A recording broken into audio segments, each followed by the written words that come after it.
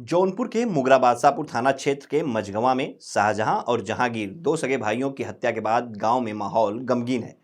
शाहजहां और जहांगीर दोहरे हत्याकांड के 3 दिन बीत जाने के बाद भी हत्या की वजह और हत्यारोपियों की गिरफ्तारी पुलिस के लिए चुनौती बनी हुई है।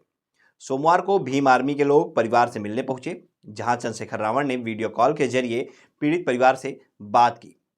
चंद्रशेखर रावण ने परिवार से क्या पूछा और परिवार ने क्या बताया, वो भी हम आपको सुनाएंगे। लेकिन उसके पहले आपको वो तस्वीरें दिखाते हैं जब पोस्टमार्टम के बाद दोनों भाइयों के शव घर पहुंचे तो किस तरह से घर पर कोहराम मच गया। महिलाएं बंद चैनल के पीछे से हाथ निकालकर बस एक झलक दिखाने की गुहार लगा रही थी। बेटों का रो रो करके बुरा हाल था। फिल्मी अंदाज में हुई इस वारदात को सुलझाने में पुलिस की 7 टीमें लगी हुई हैं। सूत्रों से मिली जानकारी के अनुसार पुलिस की एक टीम मुंबई आसनसोल भी गई है। घटना के एक दिन पहले ही जहांगीर मुंबई से आए थे, इस कारण एक टीम वहां भेज दी गई, जबकि शाहजहां का बेटा 1 माह पहले आसनसोल गया था, इस कारण वहां भी एक टीम भेजी गई है। पुलिस इस बात का भी पता लगा रही है कि कहीं वहां पर तो कोई बात नहीं हुई थी। पुलिस ने इस मामले में कुछ संदिग्धों को हिरासत में लेकर पूछताछ भी की है। शाहजहां, जिनकी उम्र 60 वर्ष, और उनके छोटे भाई जहांगीर, जिनकी उम्र 45 वर्ष है, इनकी रामनगर में शनिवार की रात गोली मारकर हत्या कर दी गई। हत्या की वजह अब तक सामने नहीं आई है। पुलिस परिवार के लोगों से लगातार बात कर रही है, लेकिन परिवार के लोग खुद वारदात को लेकर हैरानी जता रहे हैं। उनका एक ही जवाब है कि उनकी किसी से कोई दुश्मनी नहीं है। ऐसे में पुलिस पूरी वारदात को सुलझाने के लिए 7 टीमें बनाकर जांच शुरू कर दी है। साथ ही पुलिस प्रतापगढ़, सुल्तानपुर और प्रयागराज जनपद की तरफ भी अपने स्तर से जांच में जुटी हुई है। पुलिस के सामने दोहरे हत्याकांड का खुलासा करना बड़ी चुनौती बन गया है। आपको क्या आइडिया है?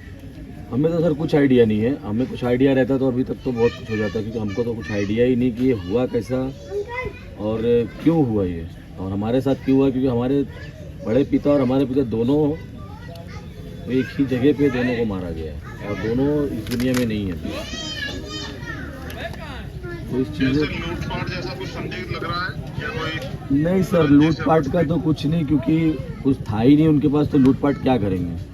हाँ, कुछ भी नहीं उनके पास। वो सिर्फ मेरा छोटा भाई है, उसकी शादी है ये 25 अक्टूबर को, तो उसके सिलसिले में ये लोग दावत के लिए गए थे, रिलेटिव्स में दावत देने गए थे, वही सब था। और शादी का कार्ड वार्ड था और क्या अपना फ़ोन वगैरह ऐसे कुछ था, बाकी कुछ ऐसा नहीं कि बहुत कुछ लूटपाट वाली कोई वारदात हो।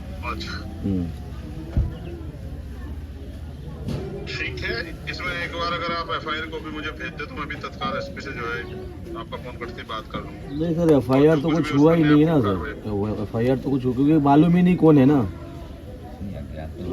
अच्छा, हाँ नहीं एफआईआर तो मतलब घटना तो हुई है, करने के लिए तो एफआईआर उन्होंने रजिस्टर की होगी ना। वो लगे कि नामजद ना हो, लेकिन एफआईआर तो की होगी। हाँ, अज्ञात किस पे होती है। वो आफ्ताब भाई है मेरा, वो किया नहीं, मालूम नहीं मेरे को, उसके बारे में जानकारी नहीं है मुझे, क्योंकि मैं तो अभी 2 दिन से, हम लोग कल से अभी स्टेबल नहीं हो पा रहे। ये घटना जो हमारे साथ हो गई है उसको भरने की कोशिश कर रहे हैं हम, तो इस वजह से उतना कुछ नहीं है। अपने ताए दोनों खो दिए, तो आपको तो मैं समझ सकता हूँ कि आपको कितनी तकलीफ हो रही है जी।